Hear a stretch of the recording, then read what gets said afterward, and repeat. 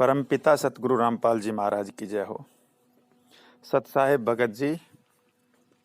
भगत जी ये एक भगत हैं जो 67 साल अपनी उम्र बता रहे हैं। ये बस में टिकट बुक करते हैं जिसका एक टिकट पे 100 या 200 रुपए जो बता रहे हैं मिलते हैं कमीशन। तो भगत जी ये बिल्कुल भी समझ में नहीं आया भगत जी, तो कृपा करके एक ऑडियो में अगर बताएं तो बड़ी कृपा होगी कि किस टाइप की बस में टिकट बुक होती है। जैसे कि हम कभी सफ़र में जाते हैं तो बस स्टैंड पे जाएंगे और डायरेक्ट बूथ से टिकट ले लेंगे। लॉन्ग रूट की मिल जाती है, बस वहीं खड़ी रहती है, वहीं से टिकट लो वहीं से जाओ। फिर अलग से टिकट बुक करने का क्या रीज़न होता है? हाँ, ट्रेन की टिकट बुक होती है वो तो मानते हैं, ऑनलाइन बुक होती है ट्रेन वगैरह की, जो सीट वगैरह मिलती है। तो ये कुछ समझ में नहीं आया दास को। और फिर कमीशन वाली बात बता रहे हैं, तो एक टिकट पे 200 रुपये कैसे मिल जाते हैं, कौन देता है? और फिर दूसरी बात ये है कि अगर एक भगत ये कह रहा है कि मिल जाते हैं, तो मेरा विचार जहाँ तक जाता है कि ये हरियाणा या राजस्थान रोडवेज या कोई भी स्टेट रोडवेज होती हैं, तो क्या वो रोडवेज वाले इस भगत भाई को मेहनत का कुछ पैसा दे रहे हैं?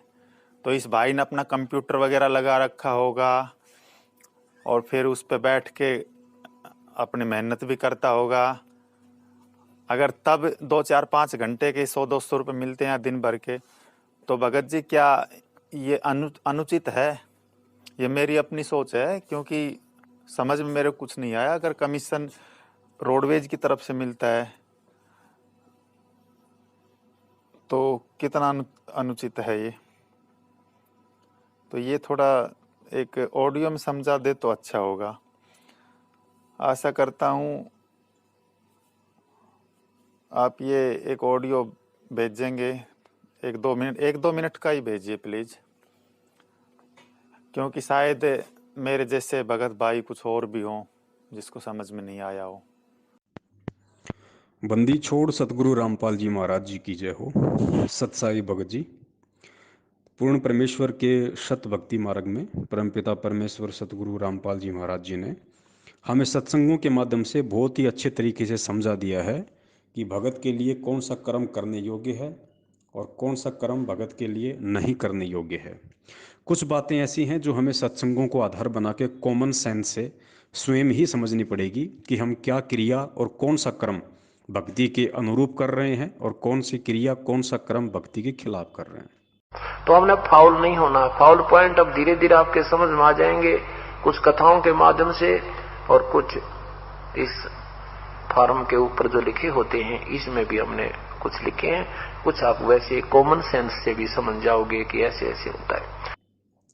एजेंट दलाली या जो ये कमीशन खोरी का काम है भगत जी, ये परमात्मा की भक्ति में नहीं चलता है, क्योंकि ये नेक कमाई के अंतर्गत नहीं आता है। कुछ चीज़ें हैं जहाँ पे आपको परमात्मा ज्ञान आधार से परमिशन भी देते हैं कि भाई कौन कौन से ऐसे दलाली के काम हैं जो गलत दिशा में जीव को नहीं लेके जाते हैं, लेकिन साथ में वो कमीशन भी निर्धारित होता है। वो दलाली भी जो बीच में ली जाती है वो निर्धारित होती है कि आपने किस अनुपात में लेनी है। जैसे एक होता है जब आप रेलवे स्टेशन पे जाएंगे और रेलवे स्टेशन के बाहर आपको कुछ काउंटर लगे हुए मिलेंगे जहाँ पे लिखा होता है रेल टिकट, रेल टिकट।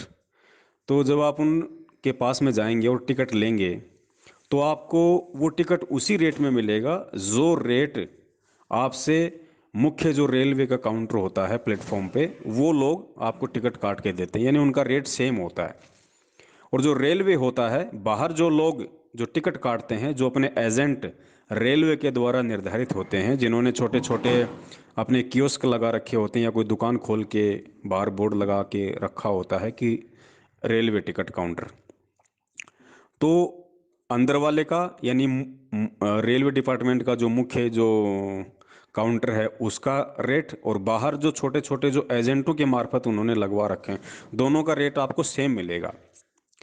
और उसके बाद में बाहर जो छोटे छोटे काउंटर लगा के जो एजेंट लोग जो बैठे हैं, उनको रेलवे की तरफ से एक टिकट पे 1 रुपया दिया जाता है। कितना? एक टिकट पर 1 रुपया। अगर आपने 200 रुपये की टिकट वहाँ से ली है, ठीक है, तो वो आपसे एक्स्ट्रा चार्ज नहीं करेंगे, बल्कि रेलवे की तरफ से उनको वो पैसा दिया जाता। हो सकता है अगर 1 रुपया वो एक्स्ट्रा भी चार्ज करें, तो वो भगत जी उस चीज़ में नहीं आता है कि आप कोई नेक कमाई से बाहर की आप कोई कमाई कर रहे हो, तो वो जायज़ है। कुछ प्रतिशत अगर आप लेते हैं अपनी मेहनत का, तो वो भगत जी जायज़ है।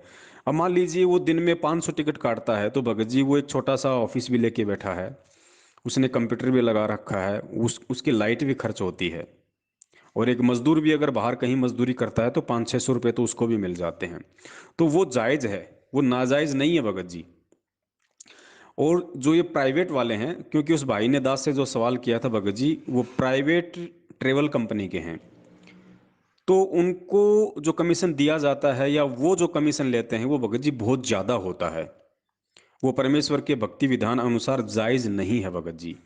अब कहाँ तो सरकारी जो काउंटर है रेलवे टिकट, वो एक टिकट पे 1 रुपया दे रहा है, और कहाँ आप एक टिकट पर 200 रुपया कमीशन ले रहे हो। तो भार किसके ऊपर पड़ा? उस आत्मा के ऊपर पड़ा जो यात्रा करने के लिए आपसे टिकट ले रही है। तो ये जायज़ नहीं है भगत जी, ये नाजायज़ कमाई में आता है। वो आपकी मेहनत की कमाई नहीं है, वो एक नाजायज़ कमाई में आता है। और वो कमाई जो इतनी आसानी से आप इतने सारे पैसे कमा रहे हैं, वो पैसे भगत जी कभी भी आपके परिवार को सुख प्रदान नहीं कर सकते, क्योंकि वो एक तरीके से हराम की कमाई में आते हैं। फिर तो भगत जी ब्याज भी ठीक है, फिर तो ब्याज भी ठीक है। हम अगर किसी को 50,000 रुपये दे रहे हैं किसी की तकलीफ में, और उसके बाद यदि हम 2% ले रहे हैं, तो फिर तो वो भी जायज़ है। क्योंकि 500 रुपये की टिकट पे यदि आपको 200 रुपये मिल रहे हैं एजेंट गिरी करने के, तो वो तो ब्याज से भी ज़्यादा ज़्यादा बदतर हुआ।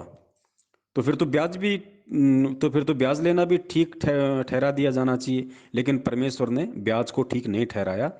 ब्याज लेने से परमात्मा ने इसलिए मना किया है कि आपसे यदि कोई पैसे उधार ले रहा है तो वो अपनी मजबूरी में ले रहा है, वो मजबूर है, वो दुखी है, परेशान है, और उसके बावजूद आप उसकी हेल्प कर रहे हो, और हेल्प के बदले में यदि आप उससे और पैसा ले रहे हो, यानी उस मजबूर आदमी को ब्याज देने के लिए मजबूर कर रहे हो, तो ये उसकी आत्मा को दुखाना है, उसको परेशान करना है।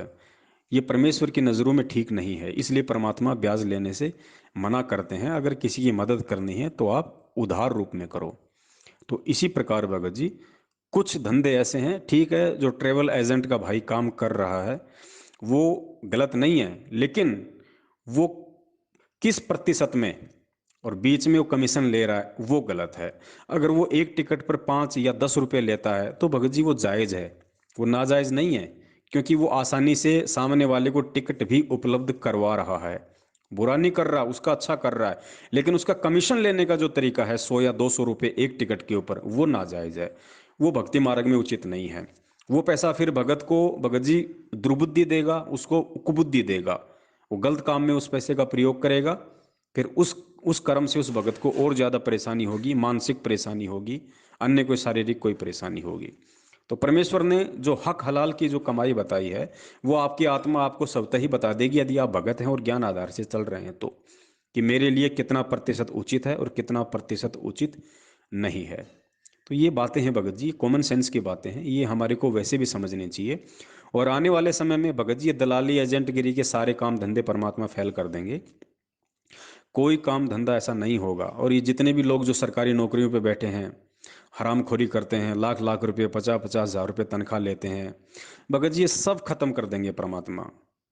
पूरी दुनिया से परमेश्वर सब नौकरियां खत्म कर देंगे।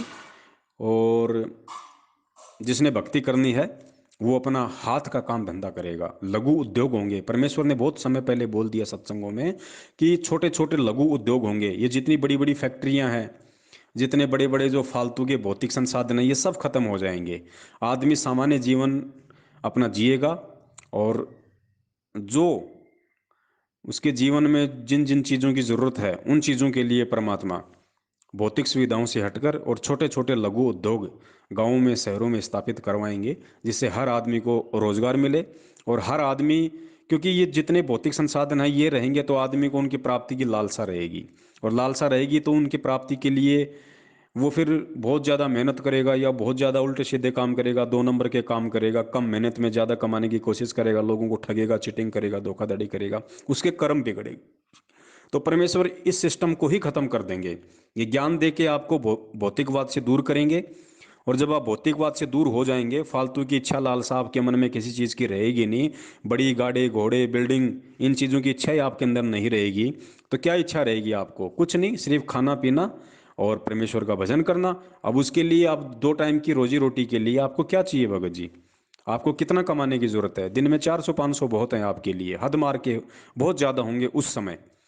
तो आपको ना कोई ज़्यादा टेंशन लेने की ज़रूरत होगी, ना ज़्यादा कोई परेशानी लेने की ज़रूरत होगी, और आप सामान्य जीवन अपना गुजर बसर करेंगे और परमेश्वर की भक्ति करेंगे। ये है भगत जी, ये परमेश्वर ने इस प्रकार से अपने सत्संगों में इन सब चीज़ों के बारे में बताया, तभी आदमी टेंशन फ्री हो सकता है। क्योंकि परमेश्वर ने बताया, यात्री होता है, यात्रा करते समय जितना कम सामान अपने साथ रखेगा, सुविधा उसके लिए उतनी ही ज़्यादा होगी। तो हम भगत हैं, और परमेश्वर कहते हैं साधु सोई जो सीधा चाल है। भगत वो होता है जो साधारण तरीके से रहे। तो ये बहुत सारी बातें हैं, कबीर सागर के सरलार्थ में परमात्मा ने जगह जगह इनका विस्तार से वर्णन किया है कि 13वें पंथ में आने के बाद में जो व्यक्ति बड़ी बड़ी बिल्डिंग बनाएगा, बड़े बड़े गाड़ी घोड़े खरीदेगा, माया को ज़्यादा महत्व देगा, वो मूर्ख समझा जाएगा, मूर्ख। और 13वें पंथ में आने के बाद, यानी संत रामपाल जी महाराज जी की शरण में आने के बाद, जो व्यक्ति सामान्य जीवन बसर करेगा, सामान्य मकान बना के रहेगा, उसकी समाज में इज्जत होगी, उसकी प्रतिष्ठा होगी। तो ये बातें हैं, इस तरीके से हमने परमेश्वर के इन सभी दिशा निर्देशों को ज्ञान आधार से और सत्संगों में उन्होंने जो संकेत किए हैं उस आधार से हमें समझना पड़ेगा। सत साहेब, जय हो बंदी छोड़ के।